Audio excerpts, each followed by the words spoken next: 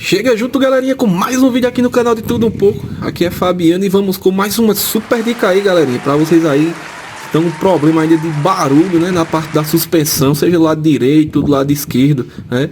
Já mexi em muitas coisas aí no carro, já trocou peça e também não resolveu, ou até mesmo, né, já acompanhou até algum dos vídeos que eu fiz aí sobre estalos na suspensão e também não resolveu, pessoal. Outra dica aqui é a questão, pessoal, do pivô. Esse pivô aqui, pessoal, quando essa manga aqui começa a dar um problema, pessoal, a manga é essa parte que segura o pivô aqui, pessoal. Às vezes ela não consegue, você não consegue mais arrochar o pivô, era o que estava acontecendo aqui, pessoal. Mas também esse parafuso aqui, pessoal, esse parafuso aqui que arrocha o pivô, estou mostrando a vocês aqui. Esse parafuso também não estava mais dando arroxo, pessoal. Eu estava arrochando aqui, ele não estava mais pegando. E esse pivô, pessoal, ele estava totalmente folgado. Ele estava até distante aqui, né? Deixa eu ver se dá para mostrar para vocês direitinho aqui. Mas ele estava bem para baixo mesmo, pessoal. Essa parte aqui, mostrando até a parte do encaixe aqui na manga. Ou seja, pessoal, o que eu fiz aqui? Troquei, né, esse parafuso. Botei outro parafuso aqui para pegar arroxo, né?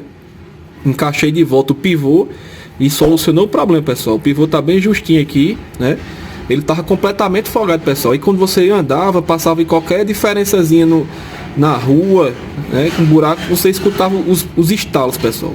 Os estalos chatos pra caramba. Eu só escutava desse lado aqui. Aí eu resolvi mexer e descobri, pessoal, que o pivô tava com essa folga, pessoal. Tava com essa folga, né? E consegui colocar no lugar. A solução aqui, como eu falei pra vocês, trocar o parafuso dessa manga, pessoal. Parafuso aqui, caso vocês percebam a folga do pivô, né? Vocês vão perceber de imediato, pessoal, que fica distante aqui o encaixe do pivô dentro da parte dessa manga aqui, da luva. Aí vocês vão perceber rapidamente, pessoal, principalmente quando levantar do macaco e vocês tirarem os parafusos aqui, como eu tirei, ó, tá fora o pivô. Aí vocês vão perceber a folga na hora que esse pivô vai estar folgado aqui para cima e para baixo, pessoal. Aí então a solução aí tá dada, pessoal. É só trocar, né, o parafuso da manga aqui, como eu fiz aqui, né, e vai dar tudo certo, pessoal.